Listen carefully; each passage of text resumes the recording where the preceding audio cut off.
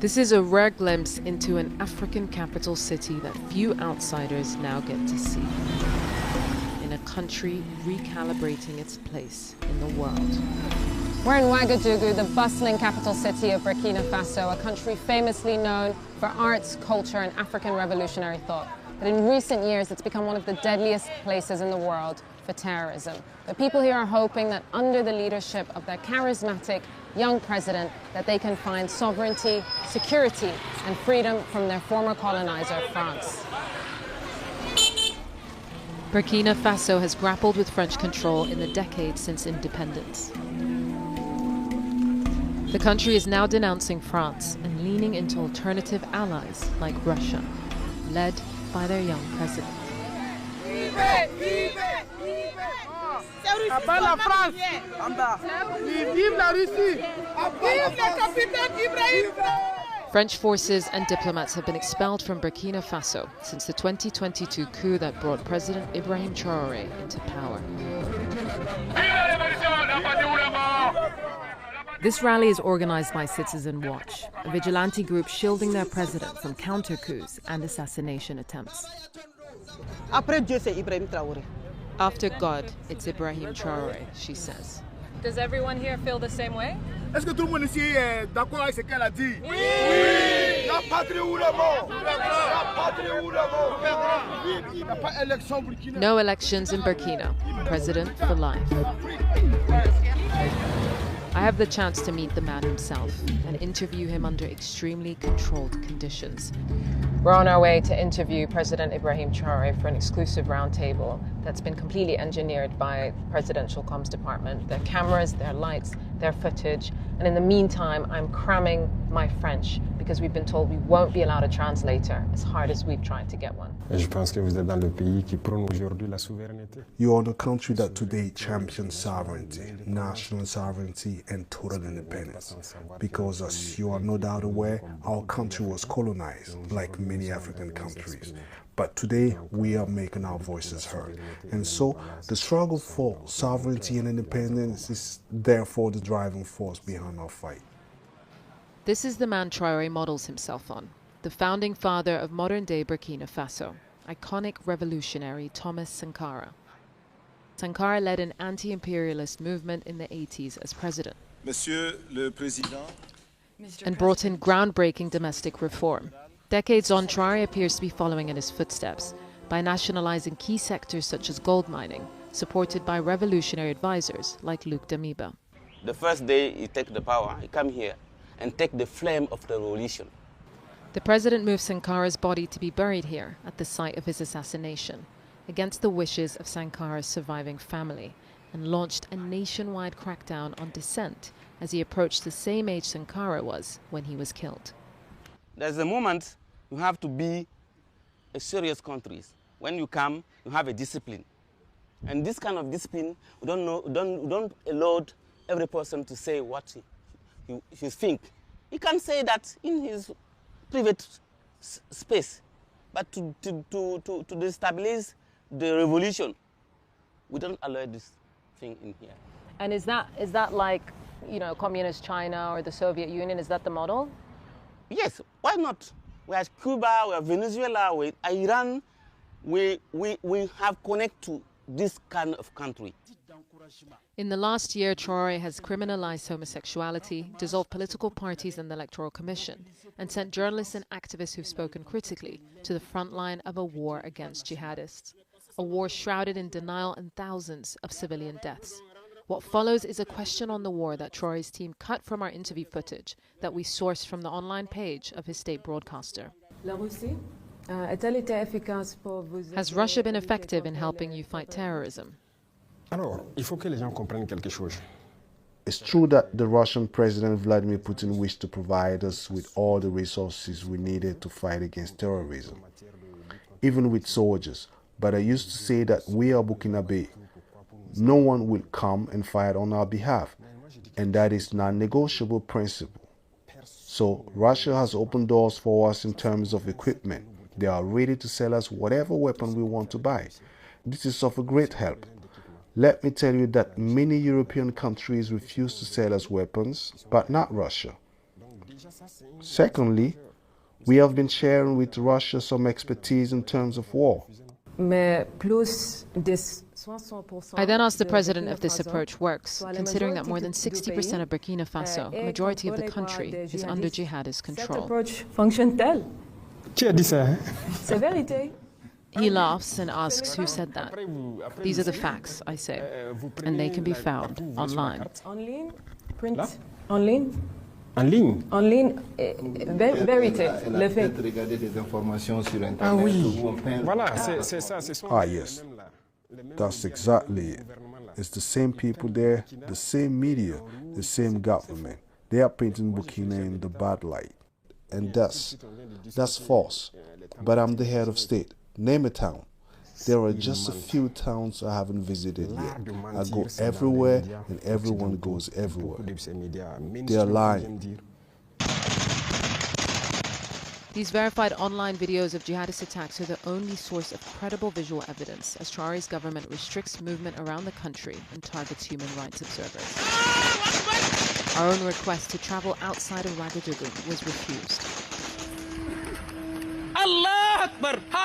Security analysts and open source investigators estimate that jihadists have a strong presence in around 60% of the country's territory and have verified 1,200 jihadist attacks in Burkina Faso in 2025 that killed over 4,500 people, which includes 3 of the world's deadliest terror attacks of the year, making Burkina Faso the second deadliest place in the world for terrorism in 2025.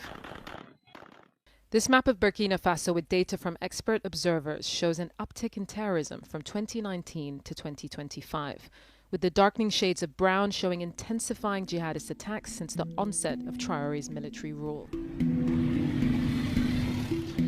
We traveled to the eastern edges of Ouagadougou to meet a man who fled his hometown in Islamic State territory to the safety of the capital. We were allowed access to him because he comes from Doré, a town on the border with Niger, a part of the country that Traoré admits is rife with terrorists. Okay. Salam alaikum. Merci beaucoup. He left behind his farmland, arriving here with his family 8 years ago, well before the president came into power. We lost everything, our livestock, our crops, etc. But we have to survive, to pay for the house, pay for water, feed the children, find medicines when we are sick, take care of the pregnant women. All this is part of our daily challenges. Did you witness any terror attacks? With our very own eyes, we saw them killing people, sometimes 30 people shot before you. When you see that, you better run to save your life. Do you believe what the government is saying? Yes, we truly believe what they are saying and that things will be okay, with God's help and the collaboration of the people. After spending some time in Ouagadougou, it's clear that there's a conflicting reality here. There's the cosmopolitan revolution being endorsed by the government, and then there's the raging jihadist insurgency that's affecting people across the country and even in the suburb, in the capital. While this push for outward geopolitical freedom from the West is happening, there's also an internal freedom that's being taken away. People have told us again and again off camera that they can't stray from the approved narrative. This is the stark reality lived by many in the capital.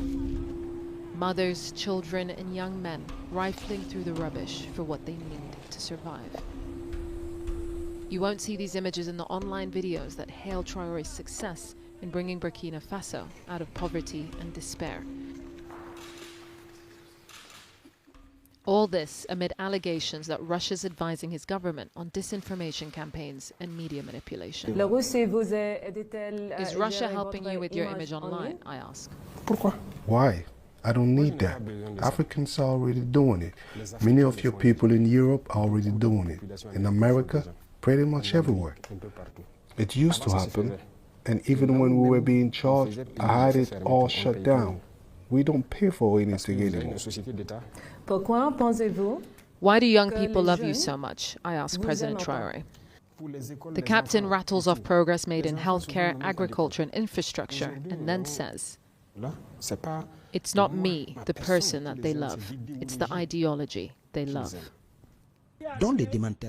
This love is fueling young people to join volunteer forces, celebrated on national TV as they line up to face the Islamic State and Al-Qaeda-backed jihadists launching attacks across the country.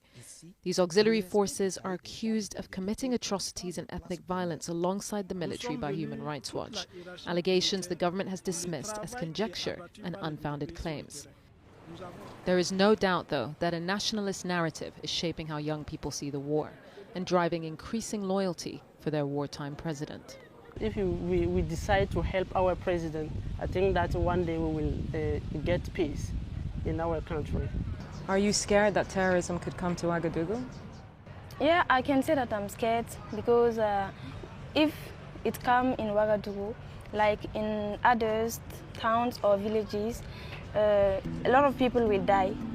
These fears are slowly permeating the arts and culture the country is known for. Burkina Faso is the birthplace of African cinema. The cinema is very important to me because my first film was shown here. One of the country's leading directors, Ibrahim Traoré, was shortlisted for an Oscar for her film Sarah, about a young woman kidnapped by jihadists, inspired by a mother she met at a refugee camp.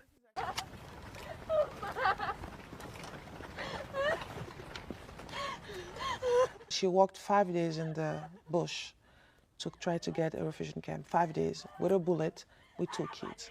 And then for me, that was my hero.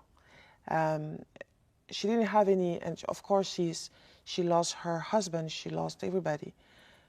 But I looked at her and it wasn't really revenge that she was looking at. She was looking at to survive. That was the main thing in her eyes. As one of the leading filmmakers in the country, you're kind of at this vanguard between Burkinabe cinema and the West. What's it been like for you? America gave me the tools of what I needed to make film. Africa gave me the story. Africa gave me the body, you know. And I cannot take away those two cultures. I cannot erase what America gave me because they gave it to me. And I embrace my culture today. Back at the Citizen Watch rally, Western intervention is staunchly rejected. This is an appeal to all Africans, she says. We must free ourselves. After the euphoria of the day ended, a rally organizer was arrested and died in police custody. The government did not respond to our request for comment. We were packing to leave, but we've just heard that someone we met on the first day has died, so we're rushing out to film. Their fellow Citizen Watch member was critical of the Minister of Justice online and was declared dead shortly after being arrested. Parce que nous avons organisé une marche. C'est lui qui parle comme ça. We were all shocked by the situation because we had organised a demonstration. You can see him in this video. He is the one speaking. You can see me standing in the white clothes. He was in excellent condition, and some days later, we hear about his sudden death. You have to know that every militant, everyone supporting the President Traoré is shocked. We had no explanation for what had happened. It's Friday prayer and they gather at the mosque near their headquarters to mourn their friend and pray for his soul. La démocratie tue. Democracy kills. Is that democracy? I ask him if there's room for individual liberty in his revolution for full sovereignty, the freedom to love who one wants, to express oneself freely, to oppose his rule. There's freedom. Everyone is free to say what they want, to give their opinion and everything, even on our TV channels. As he speaks, I'm unable to respond without a translator. You see people giving their opinions, but freedom has its limit. For example, we are a country at war. We will not allow anyone to demoralize our troops whilst they are on the battlefield. We will not allow that. We will not allow the local lackeys of imperialism among us to try to sabotage our struggle to bring our country back from the clutches of those imperialists. Human rights defenders have documented hundreds of enforced disappearances since 2023. And even activists who've fled are afraid to speak up online because of the risk of their family members here being targeted.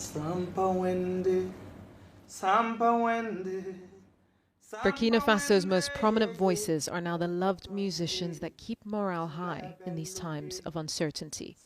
We meet top musician Des Altino to see how artists are navigating the terrain. In my music, I can say whatever I want. I've sung a lot for the country. I don't know about the other artists, but personally, I'm enjoying my freedom of speech. I can express myself through my songs, and that is what really matters to me. These nighttime gatherings are a sign of the perceived stability that pervades Ouagadougou, a pocket of safety in a country grappling with spreading terrorism, fought by a military that is ushering in an era of dictatorship.